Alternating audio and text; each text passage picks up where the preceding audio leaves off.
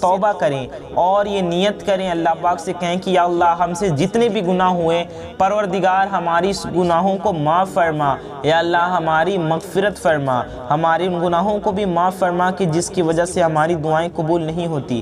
یعنی کہ اپنی تمام گناہوں سے توبہ کر لیں، اللہ پاک سے معافی مانگ لیں اور ان گناہوں سے بھی معافی مانگے، توبہ کریں، ان گناہوں کے لیے بھی استغفار کریں، دعا میں معافی مانگیں کہ جس کی وجہ سے آپ کی دعائیں قبول نہیں ہوتی۔ اور جو بھی گناہ آپ سے جان بوجھ کر ہوئے، انجانے میں ہوئے، یا جن کے بارے میں آپ کو معلوم ہو یا نہ معلوم ہو، ان سبھی کے لیے خدائے تعالیٰ سے معافی مانگیں، پھر اپنی دعائیں پیش کریں، کیونکہ پہلے ہی اپنی ضرورتیں جب آپ پیش کرنے لگیں گے اور گناہوں سے معافی نہیں مانگیں گے تو یہ وہ وجہ بن سکتی ہے کہ آپ کی دعا نہ قبول ہو۔ تو ٹھیک ہے، آپ نے یہ چیز نوٹ کر لی، انشاءاللہ آگے سے اس کا خیال رکھیے گا۔ تو میرے دوستوں ایک کافی قیمتی چیز ہم نے آپ کو بتائی۔ ایک اللہ کے ولی سے پوچھا گیا کہ اے اللہ کے ولی ہمیں بتائیں کہ ہماری دعائیں قبول کیوں نہیں ہوتی؟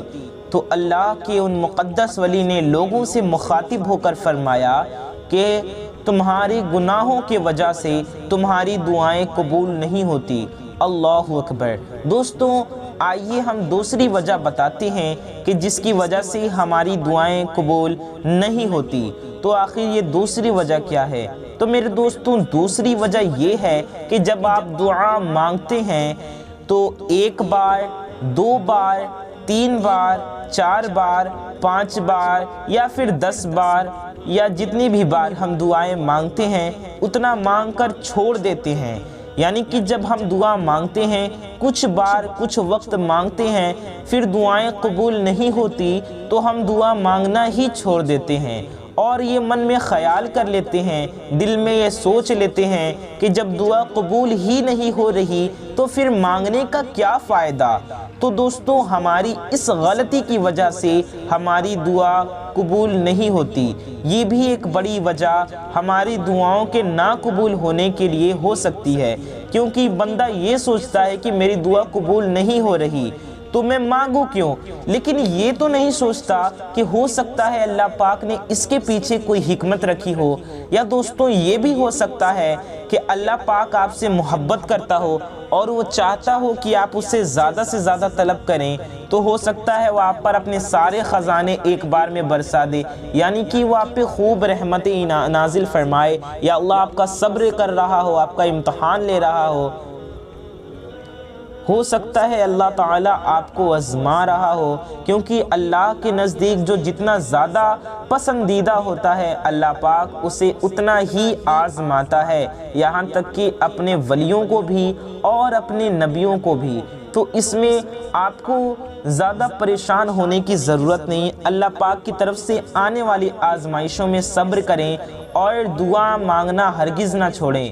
دعا کا عمل یعنی دعا مسلسل کرتے رہیے، مسلسل مانگتے رہیے۔ یا نبی کریم رؤوف الرحیم صلی اللہ علیہ وآلہ وسلم نے ارشاد فرمایا، بندے کی دعا اس وقت تک قبول کی جاتی ہے جب تک کہ وہ جلدی نہ کرے۔ یعنی کہ جب بندہ جلدی کرتا ہے اس کا مفہوم یہ ہے کہ جب آپ جلدی کرنے لگیں تو آپ کی دعائیں قبول نہیں ہوتی۔ یعنی کہ دعا مزے سے نہ مانگے، خلوص کے ساتھ نہ مانگے۔ نماز پڑھی فوراً جلد سے جلد کچھ منٹوں میں ہی لپٹا لیا اور ہاتھ پھیر لیا اور پھر اٹھ گئے، یعنی کہ دعا کو خلوص کے ساتھ یعنی پورے دل سے اچھے سے اور پھر عاجزی کے ساتھ رو رو کر نہ مانگے۔ تو دعاؤں کو رو رو کر مانگیے، رونا نہ آئے تو کم از کم رونے والا چہرہ بنا کر دعا مانگیے، یا پھر جس طرح بھی آپ کو سمجھ آئے اس طرح سے اللہ پاک کے نزدیک گڑ گڑائیے اور زیادہ سے زیادہ دعا مانگیے، زیادہ سے زیادہ دعا مانگا کرے۔ دعا سے اللہ پاک کا قرب حاصل ہوتا ہے۔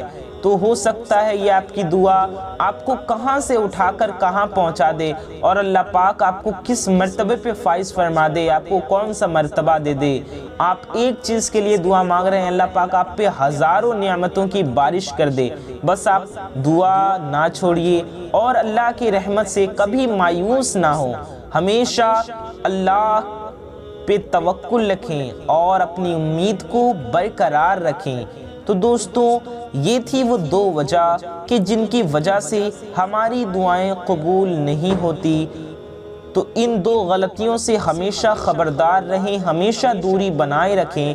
انشاءاللہ عز و جل آپ کی دعا ہمیشہ قبول ہوگی اور آپ کو پریشان ہونے کی کبھی بھی کوئی ضرورت نہیں پڑے گی۔ میرے دوستوں ثواب کی نیت سے ویڈیو کو ضرور شیئر کریں، کیونکہ ہو سکتا ہے آپ ہی کی طرح پریشان حال لوگ اور بھی ہوں جنہیں اس ویڈیو کی سخت ضرورت ہو۔ تو اس اچھے پیغام کو پھیلانا صدقہ جاریہ ہے، تو ثواب کی نیت سے ویڈیو کو آگے ضرور پھیلائیں، کم از کم اپنے کچھ قریبی لوگوں تک ضرور پہنچائیں۔ اللہ پاک آپ کو اس کا اجر دے گا۔ دعا ہے اللہ پاک سے اللہ پاک آپ کو خوش رکھے، سلامت رکھے۔ آپ ہمیں یوں ہی محبت و سپورٹ کرتے رہیے، اپنا اور اپنے محبت کرنے والوں کا بہت خیال رکھیے۔ میں حافظ رضوان رضا قادری انشاءاللہ تعالی ایسی پیاری پیاری ویڈیوز کے ساتھ ملتا رہوں گا۔ دعاؤں کی گزارش۔ السلام علیکم ورحمۃ اللہ وبرکاتہ۔ اللہ حافظ۔